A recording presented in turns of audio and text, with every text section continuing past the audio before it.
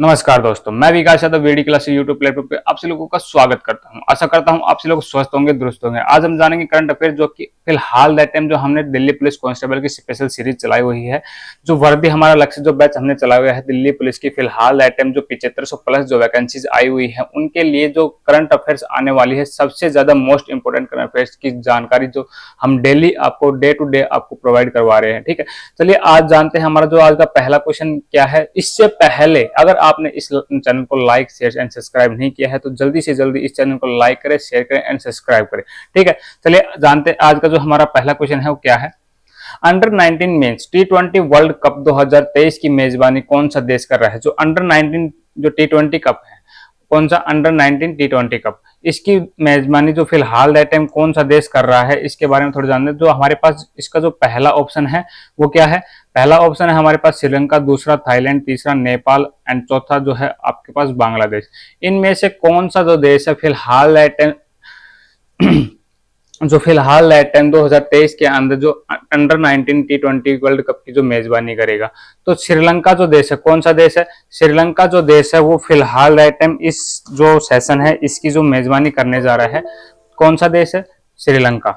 श्रीलंका जो देश है वो इस सेशन की जो मेजबानी करने जा रहा है 2024 के अंदर जो होने वाला जो अंडर 19 में जो को वर्ल्ड जो कप है, वर्ल्ड कप जो है उसकी जो मेजबानी करेगा।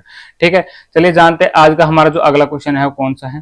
भारतीय नौसेना की पहली महिला स्काई ड्राइवर कौन बन गई है। भारतीय जो नौसेना है उसकी जो पहली महिला स्काई ड्राइवर है, डाइवर कौन बन गई है। पहला जो ऑप्शन कौन सा, अभिलाषा बराक, दूसरा आरती सरीन, तीसरा राजश्री रामसेतु एंड चौथा लैस नायक मंजू।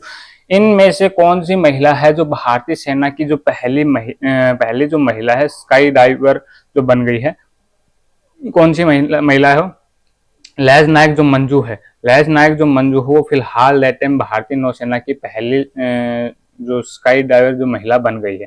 ठीक है, अब जो स्काई डाइवर है ये मतलब क्या है इसके बारे में मतलब थोड़ा जानेंगे। जो स्काई डाइविंग है ये जो ऊपर जो आसमान के अंदर जो उड़ने के लिए जो मतलब पैराशूट वगैरह है उसके लिए जो स्काई डाइविंग वगैरह की जाती है। ठीक है, अब जो स्काई डाइविंग है ये जो एडवांस हेलीकॉप्टर जो फिलहाल दैट टाइम जो भारतीय नौसेना के पास है, एडवांस लाइट हेलीकॉप्टर ध्रुव, ये हेलीकॉप्टर का नाम है। लैस नायक मंजू ने एडवांस लाइट हेलीकॉप्टर ध्रुव से 10,000 फुट की 10,000 फुट की ऊंचाई से जो छलांग लगाई है। ठीक है, जिसके तहत जो पहली महिला जो स्काई डाइविंग वगैरह का जो मतलब इन्होंने फिलहाल टाइम जो इन्होंने अपना पाया है। ठीक है, कौन से हेलीकॉप्टर से इन्होंने छलांग लगाई है, एडवांस लाइट हेलीकॉप्टर ध्रुव से जो 10,000 फुट ऊपर से इन्होंने छलांग लगाई है। ठीक है, चलिए जानते हैं आज का हमारा अगला क्वेश्चन क्या है। किस देश ने विश्व की सबसे लंबी यात्रा ट्रेन का संचालन किया है। ऐसा कौन सा देश है जिसने विश्व की सबसे लंबी यात्रा ट्रेन का जो संचालन किया है। तो पहला ऑप्शन आपके पास है जापान, दूसरा चीन, तीसरा ऑस्ट्रेलिया एंड चौथा स्विट्जरलैंड। इनमें से किस देश ने फिलहाल लैटम देश की सबसे लंबी जो यात्री ट्रेन है उसका जो संचालन किया है। तो कौन सा देश है, स्विट्जरलैंड जो देश है उन्होंने फिलहाल लैटम विश्व की जो सबसे लंबी यात्री जो ट्रेन है उसका संचालन किया है। इस ट्रेन के अंदर कुल कितने डब्बे होंगे, इस ट्रेन के अंदर कुल 100 डिब्बे माने गए हैं। इसके फिलहाल लैटम इसके अंदर कुल 100 डिब्बे हैं।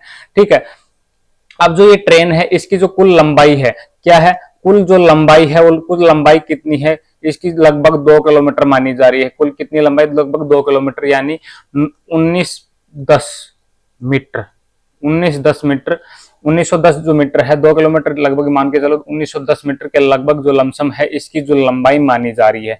ठीक है, अब जो ये रेल है, ठीक है, ये रेल जो है इस कब मतलब स्विट्जरलैंड में मतलब कब इसका जो अनावरण मतलब कब ये चलाई गई थी। तो ये जो स्विट्जरलैंड के अंदर जो इसकी जो स्विट्जरलैंड की जो 175वीं वर्षगांठ थी, कौन सी 175वीं वर्षगांठ के उपलक्ष्य में इस जो ट्रेन है इसका जो संचालन किया गया था। ठीक है, अब थोड़ा स्विट्जरलैंड के बारे में जानते हैं। जो स्विट्जरलैंड देश है उसकी जो कैपिटल है कौन सी है, बर्न। ठीक है, इसकी जो कैपिटल है और इसकी जो करेंसी है कौन सी है, स्विस फ्रैंक।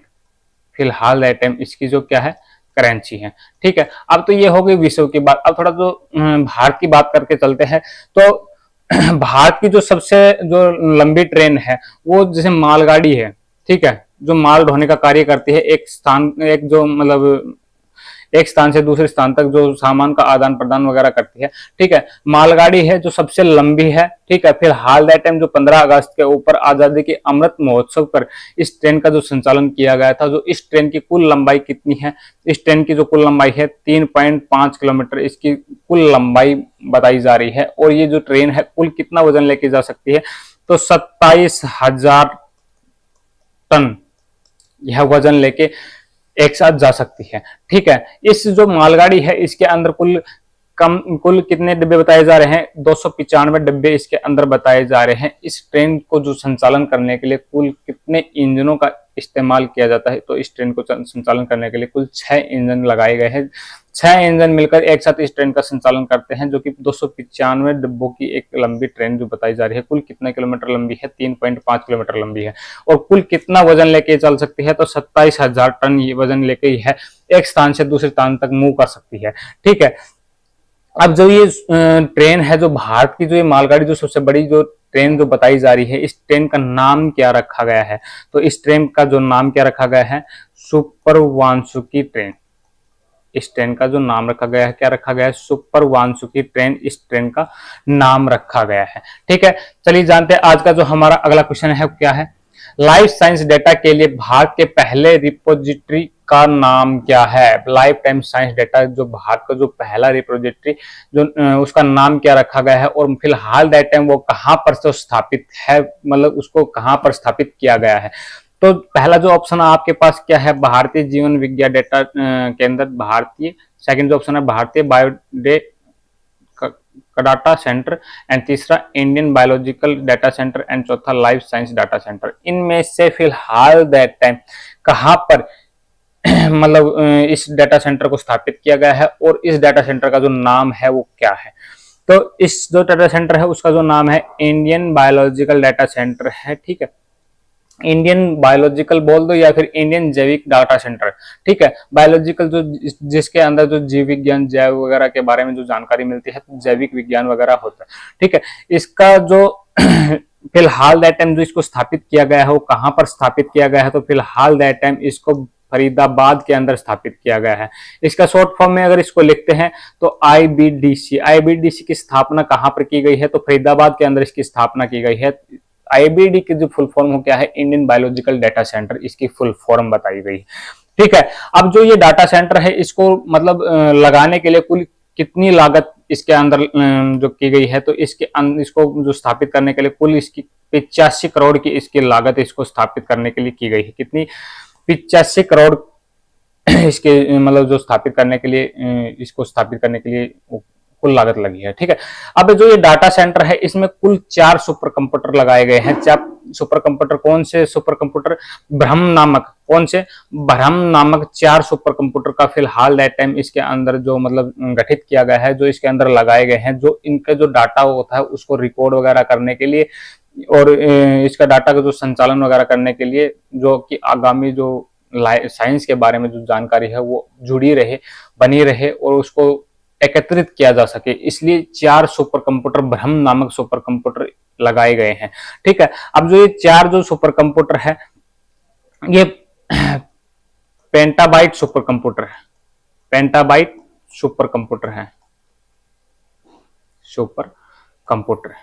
ठीक है, अब पेंटाबाइट होता क्या है, पेंटाबाइट एक जो डाटा को सेव करने के लिए जो इसके अंदर जो मेमोरी वगैरह लगाई जाती है उस डाटा की एक इकाई है। ठीक है, अब जो एक पेंटाबाइट, ये 4 पेंटाबाइट सुपर कंप्यूटर लगाए गए हैं। 4 पेंटाबाइट जो ये ब्रह्म नामक सुपर कंप्यूटर है, ये 4 पेंटाबाइट सुपर कंप्यूटर लगाए गए हैं। एक पेंटाबाइट बराबर क्या होता है, एक पेंटाबाइट बराबर क्या होता है, 10 लाख गीगाबाइट। एक पेंटाबाइट बराबर क्या होता है, 10 लाख गीगाबाइट जीबी होता है। ठीक है, ये इसकी जो मतलब फिलहाल आइटम जो इसकी मेमोरी होती है उसका जो बताया गया है। ठीक है, एक बार हम इसके बारे में थोड़ा दोबारा जानते हैं। जो सुपर कंप्यूटर है, जो ब्रह्म नामक जो सुपर कंप्यूटर है, लाइफ साइंस डेटा जो भारत का जो रिप्रेजेंटेटिव जो साइंस के मामले में जो रिप्रेजेंटेटिव है, उसका नाम क्या रखा गया है? इंडियन बायोलॉजिकल डेटा सेंटर रखा गया है, IBDC इसका नाम रखा गया है। ठीक है, इसकी स्थापना कहां पर की गई है? इसकी स्थापना हरियाणा के जो फरीदाबाद डिस्ट्रिक्ट है उसके अंदर इसकी स्थापना की गई है। ठीक है, इसके नाम ब्रह्म नामक एक सुपर कंप्यूटर लगाया गया है, जिसके जो मेमोरी जो वगैरह होती है, इसके 4 पेंटाबाइट सुपर कंप्यूटर है। ठीक है, 1 पेंटाबाइट बराबर क्या होता है? 10 लाख गीगाबाइट जीबी इसके फिलहाल टाइम जो इसकी मेमोरी बताई गई है। इसका जो मेनली जो उद्देश्य है, तो भविष्य में जो हम जो खोज वगैरह करेंगे, जिसके बारे में जो जानकारी वगैरह एकत्रित करने के लिए, इसकी जो मेमोरी के अंदर सेव वगैरह रखने के लिए जो मतलब हम आविष्कार वगैरह करें, उसके लिए इस कंप्यूटर का अनावरण किया गया है। ठीक है, चलिए जानते हैं आज का हमारा जो अगला क्वेश्चन है वो क्या है। State of the global climate 2022 report किसके द्वारा जारी की गई थी? जो स्टेट ऑफ द ग्लोबल जो क्लाइमेट 2022 है, उसकी जो रिपोर्ट है वो कौन से जो ऐसा संस्थान है जिसके द्वारा यह जारी की गई है? तो पहला जो ऑप्शन है UNEP, दूसरा अंतर्राष्ट्रीय समुद्री संगठन, तीसरा खाद्य और कृषि संगठन एंड चौथा विश्व मौसम विज्ञान संगठन। इनमें से किस संगठन के द्वारा इस जो रिपोर्ट है, जो कौन सी रिपोर्ट है, state of the global climate जो 2022 की रिपोर्ट है, उसके द्वारा जारी की गई है? तो यह जो रिपोर्ट है विश्व मौसम विज्ञान संगठन के द्वारा स्थापित जारी की गई है। ठीक है, अब विश्व मौसम विज्ञान जो संगठन है WMO, कौन सा? WMO है, उसकी जो स्थापना है वो कब बताई जा रही है? WMO की जो स्थापना है वो 23 मार्च 1950 को इसकी स्थापना की गई थी।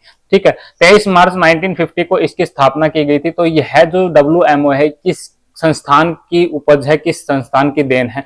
तो किस संस्थान के द्वारा इसको बनाया गया था? तो ये जो WMO है, यह IMO जो मौसम विज्ञान जो संगठन है उसकी जो उत्पत्ति है, उसके द्वारा इसको स्थापित किया गया था। जो IMO है उसकी जो स्थापना है 1873 के अंदर इसकी स्थापना की गई थी IMO की। ठीक है, अब जो ये WMO है इसका जो हेडक्वार्टर है वो कहां पर है? जो इसका जो हेडक्वार्टर है जिनेवा स्विट्जरलैंड के अंदर इसका जो हेडक्वार्टर है। कहां पर? जिनेवा स्विट्जरलैंड के अंदर इसका फिलहाल दैट टाइम इसका जो हेडक्वार्टर है। और फिलहाल दैट टाइम WMO के अंदर कुल कितने सदस्य देश शामिल है? तो 192 सदस्य देश फिलहाल दैट टाइम WMO के अंदर फिलहाल दैट टाइम 192 सदस्य देश शामिल है। ठीक है, चलिए जानते हैं आज का जो हमारा अगला क्वेश्चन होगा वो क्या है। 3 वर्षों में चीन का दौरा करने वाले पहले G7 नेता कौन बन गए हैं? ऐसा कौन सा नेता है जो 3 वर्ष लगातार जो चीन का दौरा कर रहे हैं, जो ये रिपोर्ट्स वगैरह जो बना रहे हैं, ठीक है, जो हर शहर में बार बार जाते हैं, तो 3 वर्षों के जो चीन का दौरा करने वाले जो पहले G7 नेता है वो कौन बन गए हैं? तो पहला जो ऑप्शन हमारे पास है जस्टिन ट्रूडो, दूसरा ओलाफ स्कोल्ज, तीसरा जॉर्जिया मेलोनी एंड चौथा फूमियो किशिदा। इनमें से कौन सा जो नेता है जो 3 वर्षों से लगातार चीन का दौरा करने के लिए जो G7 के जो पहले नेता जो बन गए हैं वो कौन बन गए हैं? तो फिलहाल दैट टाइम जो ओलाफ स्कोल्ज है वो नेता बन गए हैं जो चीन के अंदर 3 बार लगातार जो दौरे पर जा रहे हैं। ठीक है, जो G7 की जो सहायता से कंटिन्यू इसके अंदर इनके द्वारा भेजा जा रहा है। ठीक है, चलिए जानते हैं आज का जो हमारा अगला क्वेश्चन होगा क्या है। किस देश ने अपने अंतरिक्ष स्टेशन के लिए लैब मॉड्यूल मैग्नेटियन लॉन्च किया है? कौन सा ऐसा देश है जिसने अंतरिक्ष स्टेशन के लिए जो अपना लैब मॉड्यूल का क्या नाम है? मैग्नेटियन जो लॉन्च किया है, कौन सा देश है? पहला जो ऑप्शन हमारे पास क्या है? संयुक्त राज्य अमेरिका, दूसरा रूस एंड तीसरा भारत, जो चौथा होता है चीन। इनमें से किस देश के द्वारा ये जो अंतरिक्ष स्टेशन जो लैब मॉड्यूल है वो जारी किया गया है? तो ये रूस के द्वारा ये जो लैब मॉड्यूल जारी किया गया है। ठीक है, चलिए जानते हैं आज का जो हमारा अगला क्वेश्चन होगा क्या होगा। किस मरणोपरांत कर्नाटक रत्न पुरस्कार से सम्मानित की? किसे जो कर्नाटक का जो मरणोपरांत जो रत्न पुरस्कार है, कर्नाटक का जो सर्वोत्तम जो पुरस्कार है उसे सम्मानित किया गया है? तो जो पहला ऑप्शन है जयंती को, दूसरा संचारी विजय को, तीसरा KV राजू एंड चौथा पुनीत राजकुमार। तो इनमें से किस व्यक्ति को इस जो पुरस्कार से कर्नाटक जो मरणोपरांत रत्न पुरस्कार है उससे सम्मानित किया गया है? तो पुनीत राजकुमार को इस जो मरणोपरांत पुरस्कार है, मृत्यु के उपरांत है, उसके उससे मतलब इसको सम्मानित किया गया है। जो पुनीत राजकुमार है वो कार्डियक अटैक से इनका निधन हो गया है, ठीक है, जिसके कारण इसको मरणोपरांत मतलब जो इसकी जो उपलब्धि है उसके चलते इनको मरणोपरांत फिलहाल दैट टाइम दिया गया है, ठीक है। अब जो पुनीत राजकुमार है उनकी जो पत्नी है, जो मरणोपरांत प्राप्त करने वाली जो महिला है पुनीत राजकुमार की जो फैमिली मेंबर है उनकी तरफ से अश्वनी रेवंत जी ने फिलहाल जो इनकी पत्नी है उन्होंने इस पुरस्कार को प्रदान किया है, ठीक है। अब ये जो पुरस्कार है किसके थ्रू प्रदान किया गया है, तो जो कर्नाटक के सीएम है कौन है, बसवराज बोमई के द्वारा इस मरणोपरांत को प्रदान किया गया है, जो कि प्राप्त करने वाली कौन सी महिला है, जो पुनीत राजकुमार की जो पत्नी है उस अश्वनी रेवंत, उसके द्वारा इस पुरस्कार को प्राप्त किया गया है, ठीक है। अब जो ये पुरस्कार है, जो कर्नाटक जो मरणोपरांत जो पुरस्कार है, ये मतलब किस अवसर पर दिया गया है, तो 76वें कन्नड़ राज महोत्सव, 76वें कन्नड़ राज महोत्सव के उपलक्ष्य जो मतलब महोत्सव है उसके ऊपर इस मरणोपरांत से इसको सम्मानित किया गया है, ठीक है। अब जो ये मरणोपरांत है ये 2009 में भी दिया गया है, 2009 में भी दिया गया है। ये किसे दिया गया है 2009 में, डॉक्टर वीरेंद्र हेगड़े को समाज सेवा के अंदर इसको यह पुरस्कार प्रदान किया गया है। अब जो ये पुरस्कार है जो पुनीत राजकुमार को मिला है, ये फिल्म के मामले में जो अभिनेता है उसके तहत मतलब जो एक्टिंग वगैरह होती है, ये एक्टिंग वगैरह करते थे फिल्मों के अंदर, उसके तहत इनको यह पुरस्कार प्रदान किया गया है, ठीक है। चलिए जानते हैं आज का जो हमारा अगला क्वेश्चन होगा क्या है, भारत का पहला एक्वा पार्क किस राज्य में स्थापित किया जाएगा। तो भारत का जो पहला एक्वा पार्क किस राज्य में स्थापित किया जाएगा, पहला जो ऑप्शन है मेघालय, दूसरा अरुणाचल प्रदेश, तीसरा गोवा एंड चौथा जो महाराष्ट्र। इनमें से किस राज्य के अंदर जो भारत का पहला एक्वा जो पावर जो पार्क है वो स्थापित किया जाने वाला है, ठीक है। तो अरुणाचल प्रदेश जो राज्य है उसके अंदर फिलहाल इस एक्वा पार्क को स्थापित किया जाएगा। अरुणाचल प्रदेश के कहां पर इसको स्थापित किया जाएगा, तो अरुणाचल प्रदेश का जो सुबनसिरी जो जिला है उसके अंदर तारिन के अंदर इस जो एक्वा पावर है उसको स्थापित किया जाएगा, ठीक है। अब जो ये एक्वा पावर जो स्थापित करने वाला जो मतलब ये एक्वा जो पावर जो पहला जो एक्वा पार्क जो स्थापित किया जा रहा है वो मतलब किस जो योजना है उसके तहत, किस के तहत मतलब ये स्थापित किया जाता है। तो फिलहाल दैट टाइम जो हमारी प्रधानमंत्री जो मत्स्य संपदा जो योजना चली हुई है उसके तहत इस पार्क को स्थापित किया जा रहा है। तो इस जो पार्क है कौन सा एक्वा पार्क है उसको स्थापित करने के लिए कुल कितनी लागत या फिर कुल कितना जो मतलब लागत मूल्य लगने वाला है, तो इसके अंदर कुल 50 करोड़ का लागत मूल्य लगने वाला है, ठीक है। चलिए जानते हैं आज का जो हमारा अगला क्वेश्चन होगा क्या है, उत्तर भारत का पहला डाटा सेंटर किस राज्य में स्थापित किया गया है। जो उत्तर भारत का जो पहला डाटा सेंटर है किस राज्य में जो स्थापित किया गया है, तो पहला जो ऑप्शन है उत्तर प्रदेश, दूसरा राजस्थान, तीसरा उत्तराखंड एंड चौथा हिमाचल प्रदेश। तो उत्तर भारत का जो पहला जो डाटा सेंटर है वो उत्तर प्रदेश राज्य के अंदर ही स्थापित किया गया है। कहां पर, उत्तर प्रदेश राज्य के अंदर ही स्थापित किया गया है। तो ये जो पहला जो डाटा सेंटर है, इस डाटा सेंटर को स्थापित करने के लिए कुल जो लागत मूल्य लगने वाली है वो कितनी लगने वाली है, 5 करोड़ रुपए। कितनी, 5 करोड़ रुपए कुल लागत मूल्य लगने वाली है। और ये जो पहला जो डाटा सेंटर है ये जो स्थापित कहां पर किया जा रहा है उत्तर प्रदेश के अंदर, तो ग्रेटर नोएडा जो कि दिल्ली के बिल्कुल सटा हुआ इलाका है उसके अंदर इस जो मतलब डाटा सेंटर है इसको लगाया जा रहा है। ग्रेटर नोएडा के अंदर इस जो सेंटर को लगाया जा रहा है, ठीक है। अब जो ये डाटा सेंटर है ये मतलब कितने एरिया के अंदर जो कवर करेगा, तो ये 3 लाख वर्ग फुट एरिया के अंदर इस डाटा सेंटर को स्थापित किया जा रहा है। दोबारा जानते हैं, इस डाटा जो उत्तर भारत का जो पहला डाटा सेंटर है वो उत्तर प्रदेश राज्य के अंदर स्थापित किया जा रहा है। इसको लगाने के लिए कुल लागत 5000 करोड़ रुपए इसकी कुल लागत लगाने के लिए लगाई गई है, ठीक है। उत्तर प्रदेश के अंदर ग्रेटर नोएडा जो कि दिल्ली से सटा हुआ इलाका है उसके अंदर फिलहाल इसको स्थापित किया जा रहा है। कुल कितना एरिया के अंदर यह फैला हुआ है, 3 लाख वर्ग फुट एरिया के अंदर यह डाटा सेंटर फैला हुआ है, ठीक है। चलिए आज के लिए इतना ही। ये हमारे आपके पास जो टेलीग्राम ग्रुप से जो कब डिस्क्रिप्शन में दिए गए हैं, ये टेलीग्राम ग्रुप्स हैं, और ये जो हमारा यूट्यूब चैनल का वीडियो का लिंक है, ठीक है। इस वीडियो को ज्यादा से ज्यादा लाइक करें, शेयर करें एंड सब्सक्राइब करें, ताकि जब हम आपको ज्यादा से ज्यादा वीडियो प्रोवाइड करा सके, ज्यादा से ज्यादा संख्या में इस वीडियो का ज्यादा से ज्यादा लोग लाभ उठा सके, ठीक है। चलिए जानते हैं, आज के लिए इतना ही, धन्यवाद।